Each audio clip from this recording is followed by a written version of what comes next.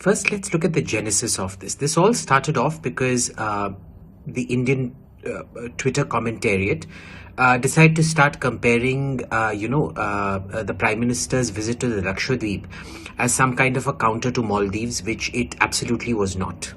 The development of tourism in India is completely sui generis. It has nothing to do with the Maldives or in response to the Maldives, because that implies that we've kept the Lakshadweep poor as a sort of response to the Maldives. Now, when Twitterati are fighting, Maldivian Twitterati versus Indian Twitterati, the real question is, why did members of the Maldivian government decide to get involved in all of this? Because Indian Twitterati are not the Indian government.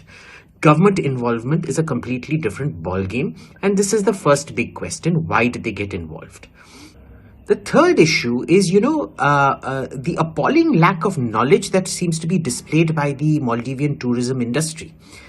Because you see, what's been happening is that they've been tweeting that the average Western traveler spends $2,500, whereas the average Indian traveler only spends $750.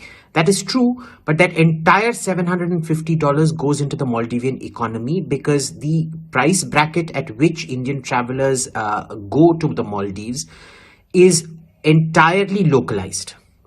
Whereas all those Western companies, they make all their profits skimming off, and these are huge profit margins. There is no way a suite in the Maldives costs $15,000 a night. Out of that, maximum, say, $200-300 are going into the Maldivian economy, and the remaining $14,500 would be going into the pockets of these Western multinational corporations that run hotels out there. Second, the minister and both the ministers in question, despite being Maldivians, didn't even seem to know the difference between scuba diving and snorkeling and the gear required. So there's really appalling lack of knowledge of the tourism industry and of tourism itself and of diving itself. Now, it's like saying, how can somebody in the Maldives not know the difference between scuba diving and snorkeling? In India, it's still fine, but in the Maldives, really? And how are these people even ministers? The second question is, once they did get involved, what is the kind of language that government officials are using? Referring to India as cow dung mixed with laddus and God knows what not. Very uncivilized language for a deputy minister to be using.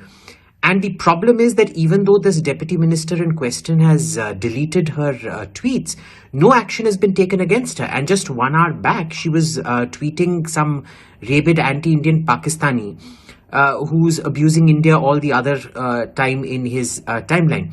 So the question is, what exactly is the government up to? Because if President Muizzu isn't acting against such indiscipline, ultimately, the buck stops with him. Fourth, the question is, why has the Indian High Commission even taken this up? This should have been dealt with proactively by President Muizzu himself. There's no point coming out and saying, I'm against all foreign militaries in